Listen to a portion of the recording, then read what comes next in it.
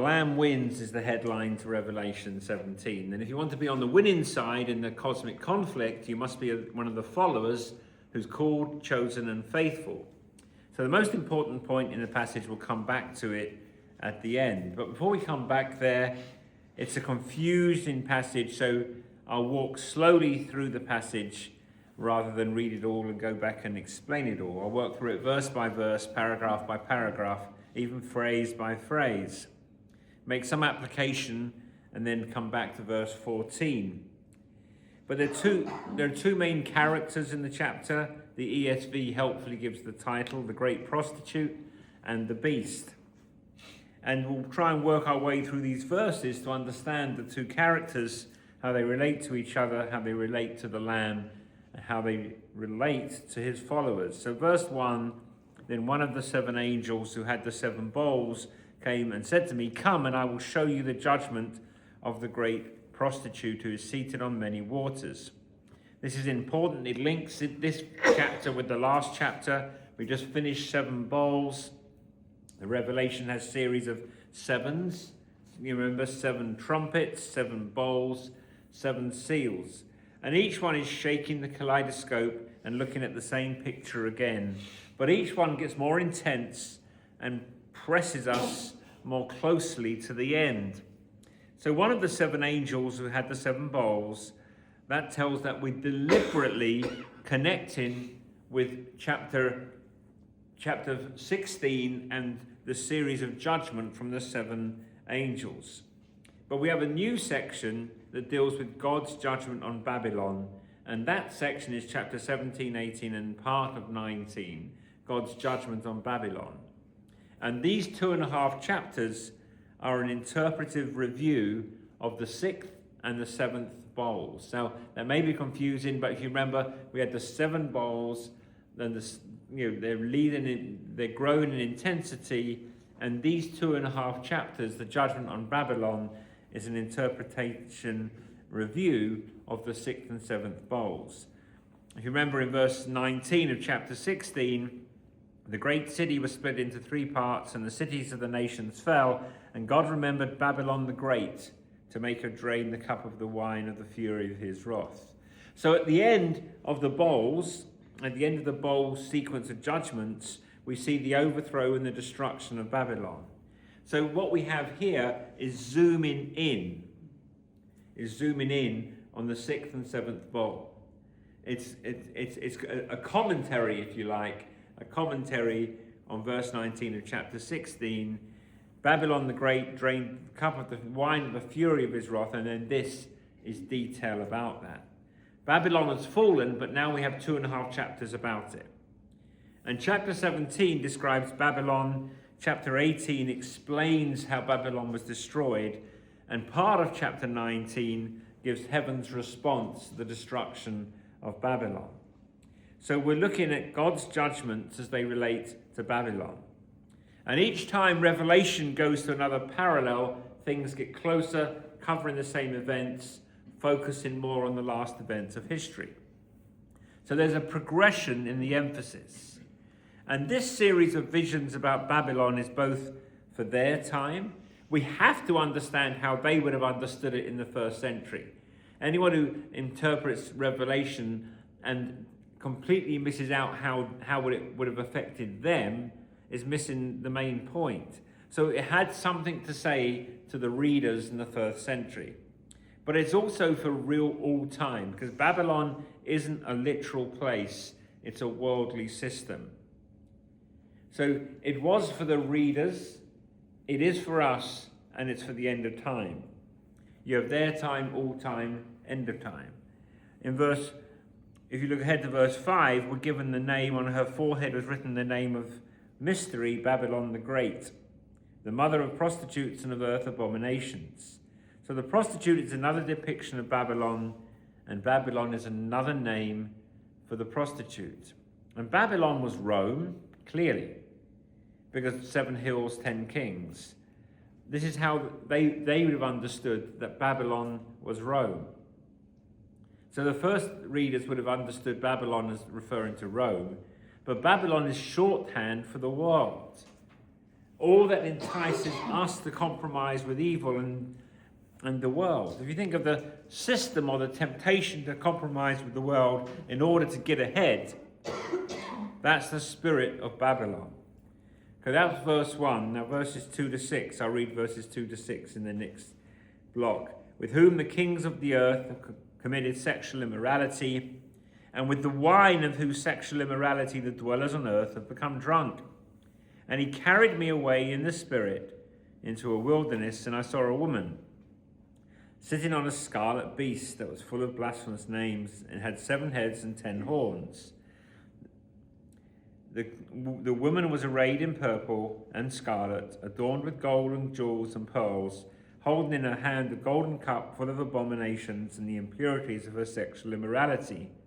And on her forehead was written a name of mystery, Babylon the Great, mother of prostitutes and of earth's abominations. And I saw the woman drunk with the blood of the saints, the blood of the martyrs of Jesus. When I saw her, I marveled greatly. This is our longest section of the chapter.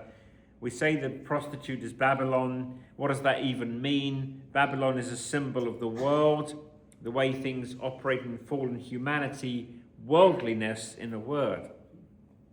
Babylon represents particularly the temptation to go with the world, to share in the wealth of the world. The chapter doesn't say, the Bible doesn't say that having money is wrong or making money is wrong, but the chapter warns us strongly against compromising with an economic system that would require us to be unfaithful, in other words, to commit adultery and do what is wrong. Now, I say adultery because that's the image here. And though the imagery is sexual, the sin is not sexual sin. I mean, that would have been part of it, I'm sure, of Babylon. But Babylon is depicted as a prostitute, and to give in to Babylon is to commit sexual immorality with a prostitute. And it's an imagery because it's the ideal way to describe in startling colour what we are doing when we compromise with the world.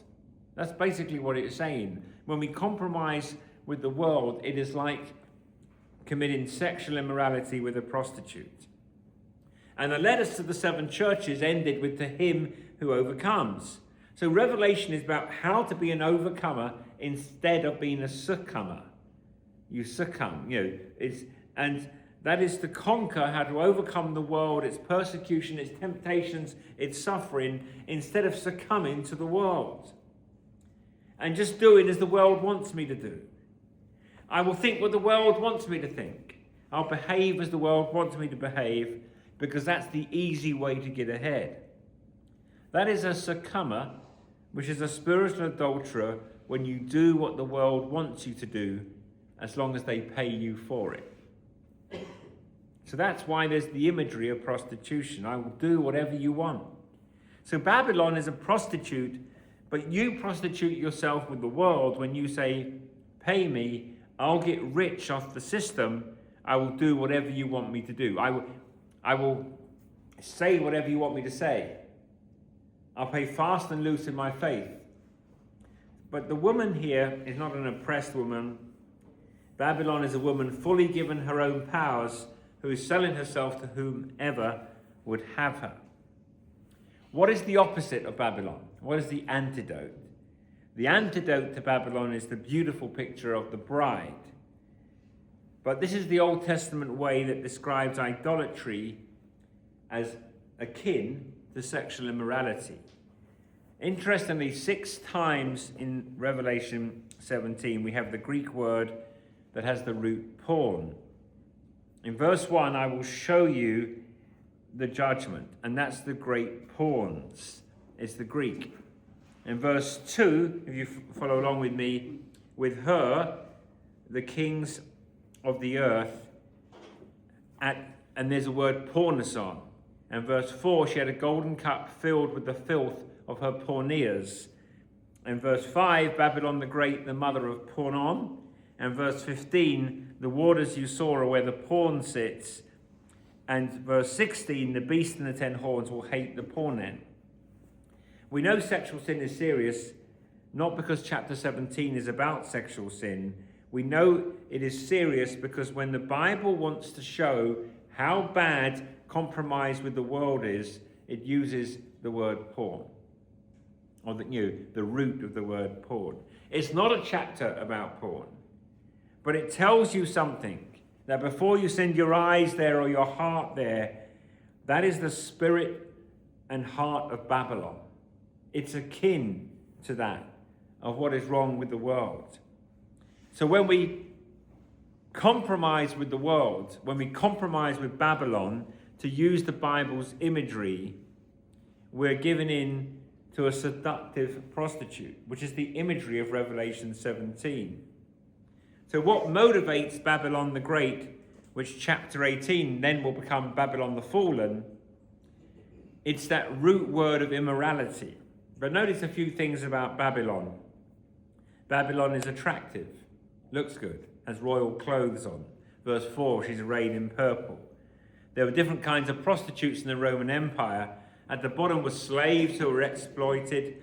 And then there was women and girls who felt they had no other way. And then there were the elite, high-priced courtesans, which is what this woman is. And these women cater to wealthy and influential clients. So the picture is not of a down-on-your-luck trafficked woman. No, she glitters with gold. She's decked out with stones and pearls. She's tempting, she's alluring. And the picture is, as she's on the beast, you cannot ride the beast of prosperity unless you sign up with the prostitute, which is the way the imagery works. And the world would have it that way. You can't have success unless you go along with what we want you to do. And we see that all over. Even down, I would argue, to the use of things like pronouns.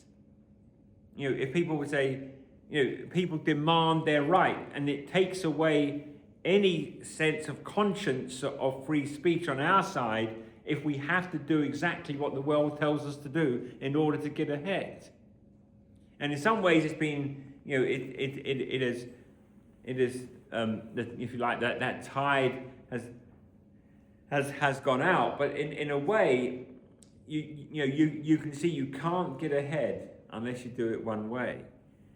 But that's the way the imagery works. And she's attractive, but the beauty is only skin deep. Babylon looks attractive, but she has a golden cup, and that cup is the winepress of the fury of God's wrath. She has a golden cup. She looks like royalty, but as you get closer, what are you drinking, Mom? Well, it's a golden cup full of abominations and the impurities. So she's corrupt on the inside. She doesn't care for your soul. She's a beautiful woman who then smiles to show you, as some horror show might, blackened teeth and fangs and fire. Or if you like, in Greek mythology, seeing the back of an attractive woman, and if you tap her on the shoulder, this alluring woman, and she turns around with snaky hair, and she is Medusa, and you're a pillar of stone. It's like Babylon. She looks beautiful, but her heart is immorality. And she's drunk. Not just on anything, but the blood of the saints. She seems to be for you. She seems to be tolerant. But she is against everything that Christ and the church have stood for and stand for. She looks attractive. And then notice the influence of Babylon is pervasive. In verse 1, I will show you the judgment. The prostitute is seated on many waters. In verse 15, the waters you saw where the prostitute is seated are peoples and multitudes and nations and languages. In Revelation, 4 is the biblical number for worldwide. So in other words, tongues, tribes, language, nations. And Babylon sits on water. She exercises dominion that goes across the whole world. Babylon, the literal place in the Middle East, where God's peoples were exiled, which is why we have the name Babylon. Because Babylon in the history of God's people is, we know Babylon, it was the power that took us from Judea and held us in captivity, which is what Babylon does. If you remember Psalm 137, by the waters of Babylon we sat down. Babylon was a place on many waters, but it's not geographic. It means the worldliness of Babylon reigns to some degree or another. And it's not to say that some cultures are better than another, they are. But across the world, across the whole world, Babylon reigns. In different countries, in different cultures, and different governments. Her immoral influence is across the waters. It's all over. And the idea is, unless you give yourself to commit sexual immorality with Babylon, you can't get ahead in the world. So why are people attracted to Babylon? Why is her influence so pervasive if it is so dangerous? Because people like the lifestyle that Babylon gives. People like the luxury that Babylon provides. It's akin to bowing the knee to the sexual revolution in this country, because you're convinced there is no other way to make a living in America or higher education or medicine. You just have to do some of the things Babylon wants you to do. That's why people go along with abortion. You have to do some of the things that Babylon wants you to do. God's word doesn't say that. So the influence is attractive, it is pervasive, and it's impressive. In verse 6, when I saw her, John says, I marveled greatly. I don't think he's attracted to it, but it's impressive. And the world dazzles, doesn't it? The world dazzles. And, like every Oscar ceremony, and you think it's one place where you get a bunch of immoral people in one place, but they sure look and they sure shine and they glitter. Don't look too closely, but they shine for sure. But it's a grouping of the most immoral people in the country in one place. So a culture can look impressive. The Academy, Hollywood. But we should not be intoxicated by them. And if we hope to flee the allures of Babylon, we must admit that we live in Babylon too. And we might be handed a golden cup. If you just drink this cup, we'll give you tenure at this university. If you just drink this cup, you'll be rich beyond your wildest dreams. If you just drink this cup, you can live where you want to live. You vacation where you want to vacation. But just drink the cup. Just drink the cup. Just drink that cup that Babylon gives. And you look in it, and you know it's wrong. But that's Babylon, and that's what chapter 17 in Revelation is about. Before we move on, Babylon is attractive, it's alluring, it's pervasive, it's impressive, but it's anti-church. And we're presented in Revelation with two women, and the whole world is divided with two women. In chapter 12, we're introduced to the woman, the dragon, and the child. Now, I argue that the woman is not Mary, and the woman is the church. So that's the woman, which is the church. And then you have Babylon. And the world is split in those two ways, church or Babylon. And Babylon in chapter 17 is anti-church. It's dressed up to look like the church. Gold, precious stones, pearls, fine linen. Where else do we hear that? The New Jerusalem. So New Jerusalem will have these things as well. Both women are mothers. From the church came Christ. Babylon is a mother, verse 5, the mother of prostitutes and the earth's abominations. Both are lovers. The church is the bride of Christ. And Babylon is the whore who gives herself, and all the kings and dwellers of the earth prostitute themselves with Babylon. One will live forever, the other will be cast down in 1 hour. In Revelation 21, when we talk about the New Jerusalem, then came one of the 7 angels who had the 7 bowls, full of the 7 last plagues, and spoke to me, saying, Come, I will show you the bride, the wife of the Lamb. And he carried me away in the spirit to a great high mountain, and showed me the holy city Jerusalem coming down out of heaven from God. The same language as chapter 17, verse 1. One of the 7 angels who had the 7 came to John and said, Come with me into the wilderness, and I will show you Babylon the harlot. So chapter 21 is, I will show you the antidote to Babylon. Pure, spotless, and beautiful. Come with me and I'll show you the bride coming down. So Babylon is the anti-church. It's the antithesis of the church.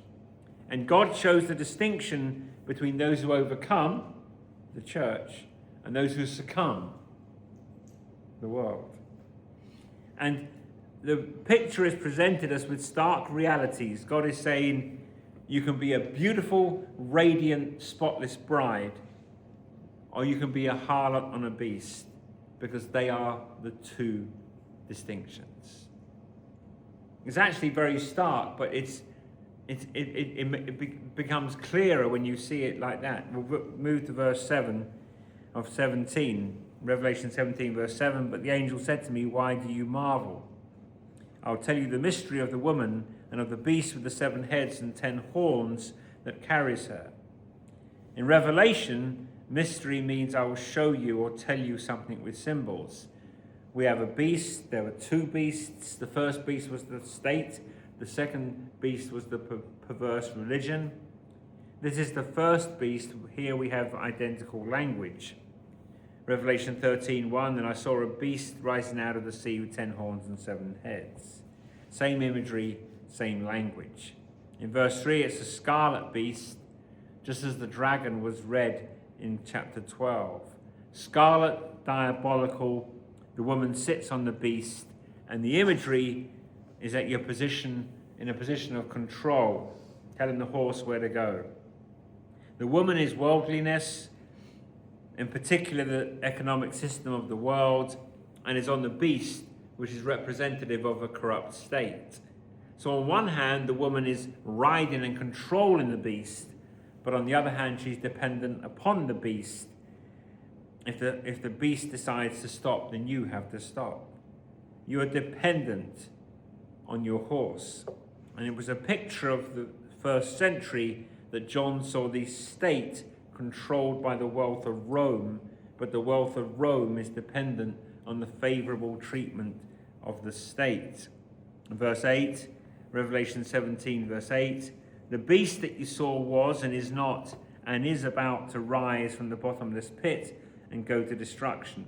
And the dwellers on earth, whose names have not been written in the book of life from the foundation of the world, will marvel to see the beast, because it was and is not and is to come. So the beast that comes from the abyss, is Satan. It's a mimic of Christ. Remember, Satan cannot create, can only imitate. In chapter 1, the Christ said, I'm the living one, I was dead, and behold, I'm alive forevermore. Christ lived, he died, he rose, he went to heaven, he reigns forever. And the beast has a similar fourfold progression. He lived, he was. He died, he is not. He will come back to life, but instead of going to heaven to reign, the beast will go to hell for destruction. And we see this in chapter 20. Well, the timeline of Revelation goes like this. If you can imagine a timeline, I don't do charts and things like that, but if you can imagine a timeline for the first part of human history,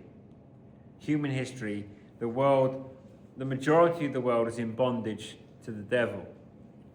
The true gospel and true God is hardly known on earth.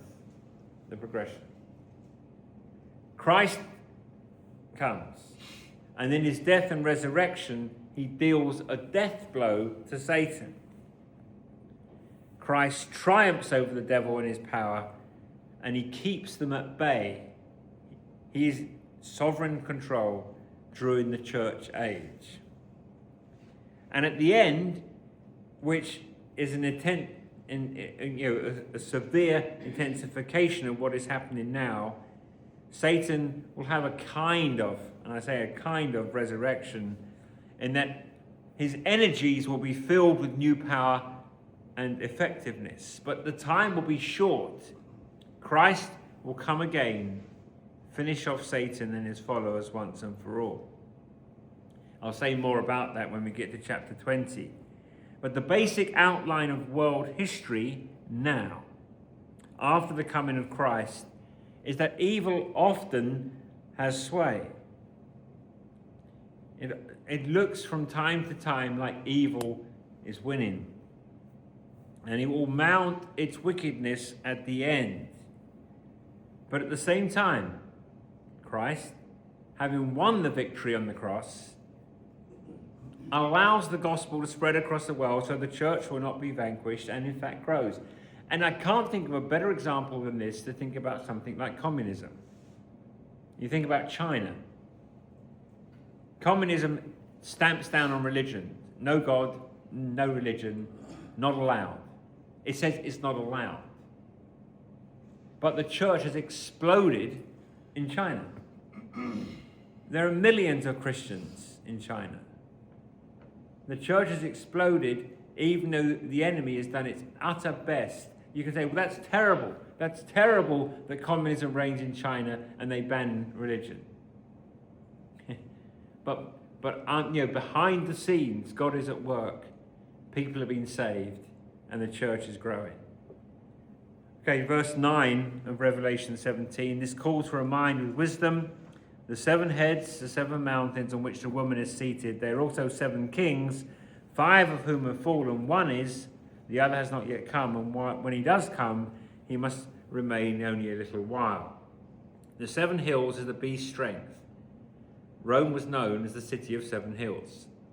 So it clearly is an allusion to Rome. But 7 is also the biblical number for completion and perfection. It's not Rome itself. Yes, it would have been Rome in their day. That was the embodiment of the city of Babylon. But we could easily say, instead of Rome, New York City, Los Angeles, London, Beijing, Moscow. We could list any number of cities around the world.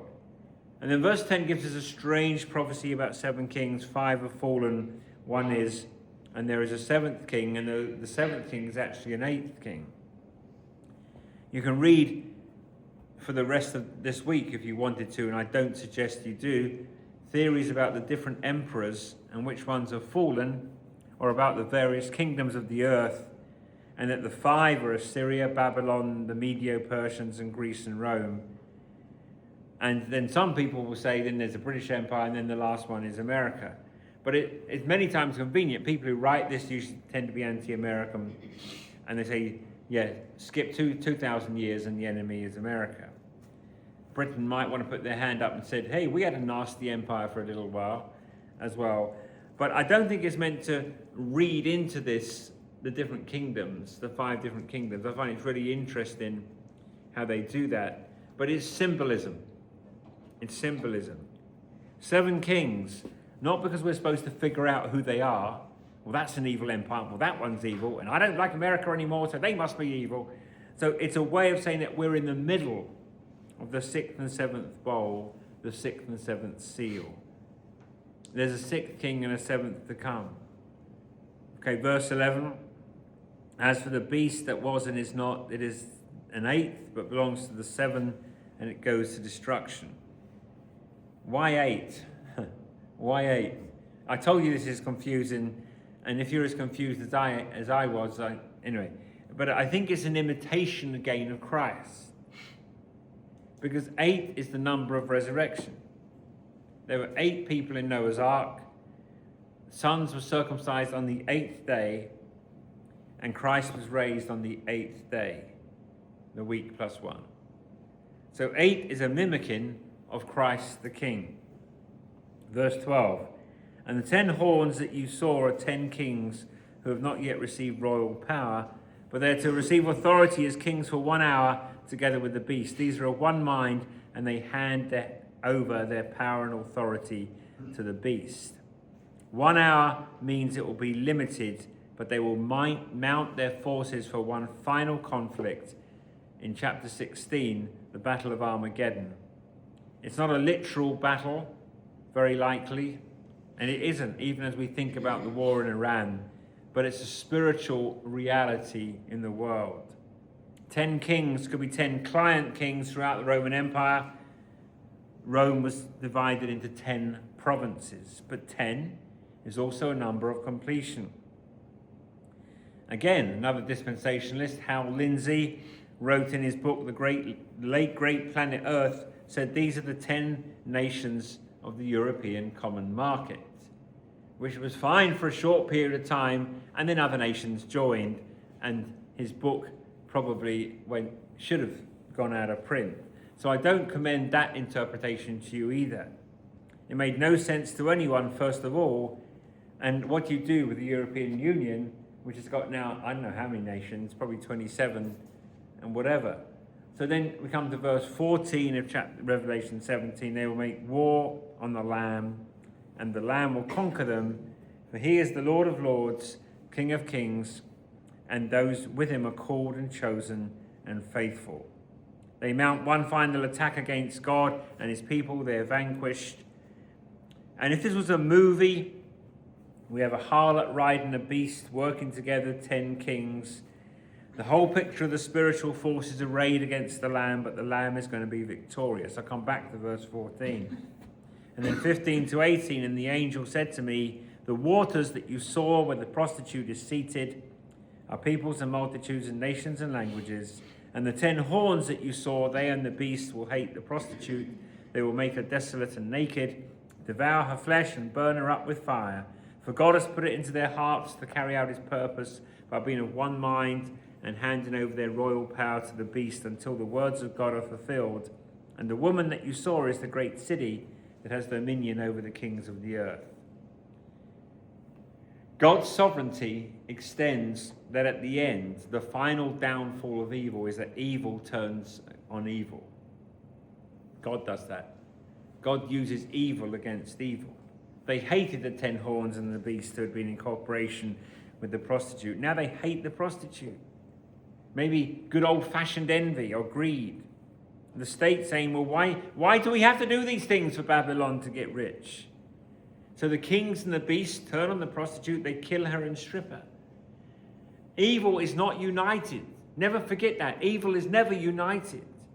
If you look out there and you see all the forces arrayed against us, but it's always incompetent villains out there, but evil always is against evil. Because God will frustrate the powers of evil and they will eat themselves or turn in on themselves. And you see that the enemy overreaches all the time.